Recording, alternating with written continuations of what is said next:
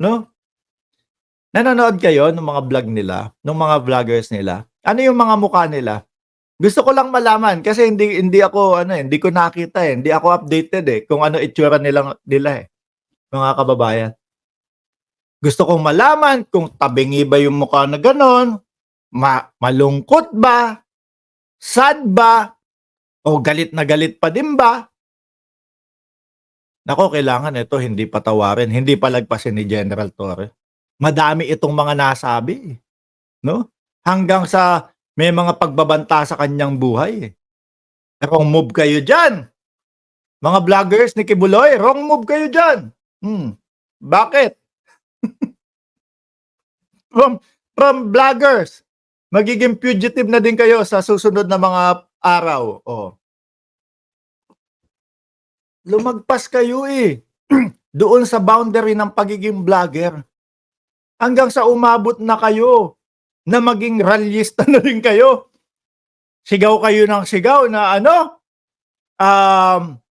sigaw kayo ng sigaw, ayaw na ayaw nyo kay Renato Reyes, tapos ginawa nyo yung mga pinaggagagawa ni Renato Reyes. Oh.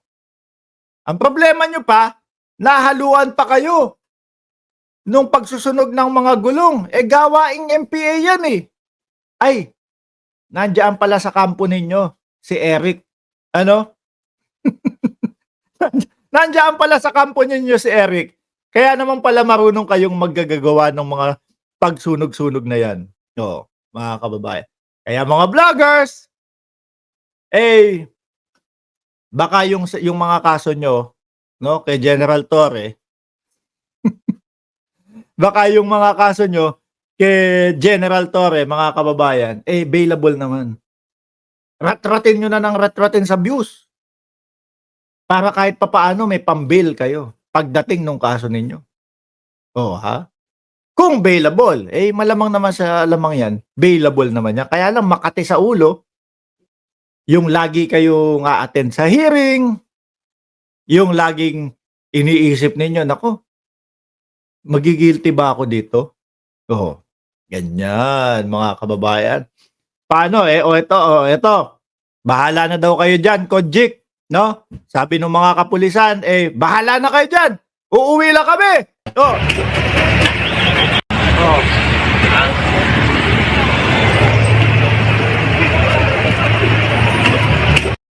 Sabi nung mga kapulisan, uwi na, hindi na masaya, nahuli na si Kibuloy.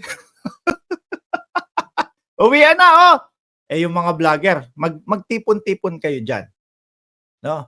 Mag-ipon-ipon kayo dyan. Pag-usapan ninyo, mga pare, paano ba natin lulusutan ito? Nadiin tayo masyado dito kay Kibuloy, eh. Oh. Ang tanong, tutulungan pa kaya kayo ni Kibuloy? Baka ang sabihin sa inyo niyan, eh, wala na kami maitutulong sa inyo. No? Wala na kaming maitutulong sa inyo kasi naka-freeze na yung account ni Kibuloy. Oh, tapos nahuli na, tapos tutulungan pa kayo? Eh, kayo na ang bahala sa inyong piyansa. Gano'n, mga kababayan. Oh, sabi ng pulis, uuwi na.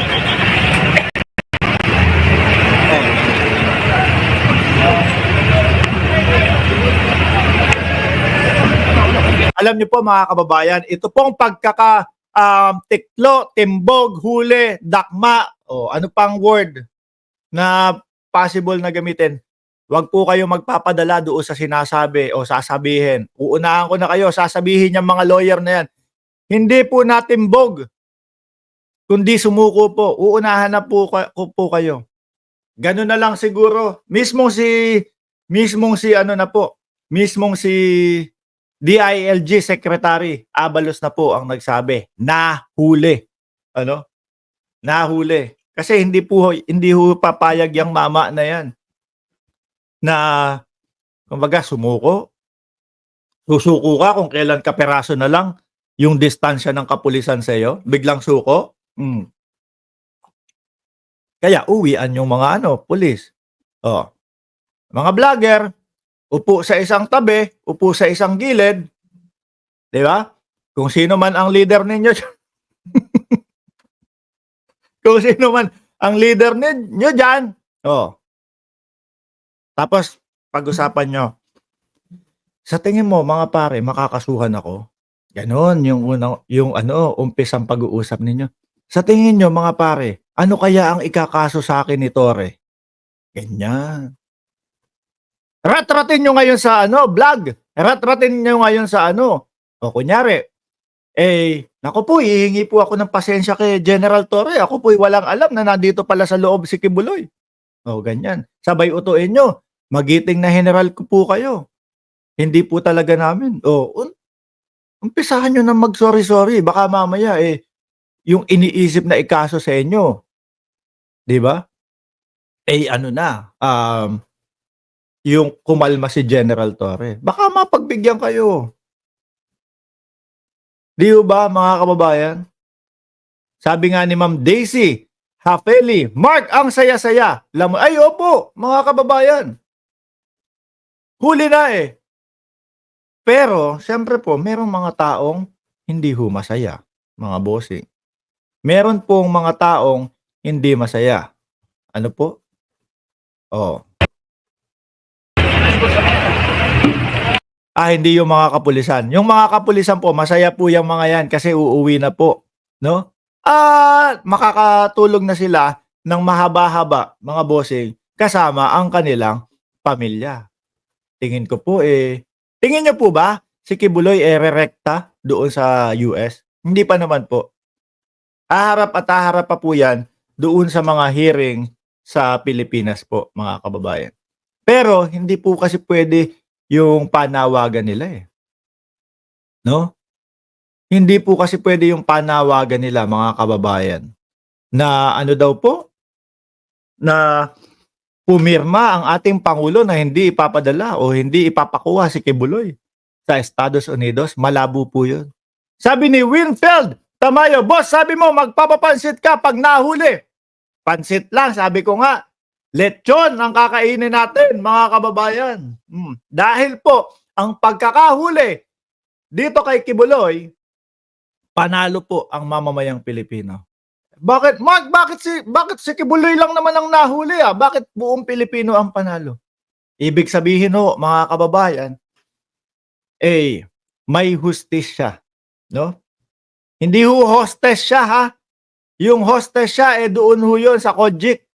Doon ho 'yun sa Mimol Mower. Doon po 'yun. Pero ito po, meron pong hustisya, patas po ang batas sa'tin. Kahit, 'no, maliit na tao tayo at malaki ang kalaban natin, malaki ang, bumalasaubas sa'tin, eh, meron pong kalalagyan 'yun. Oo.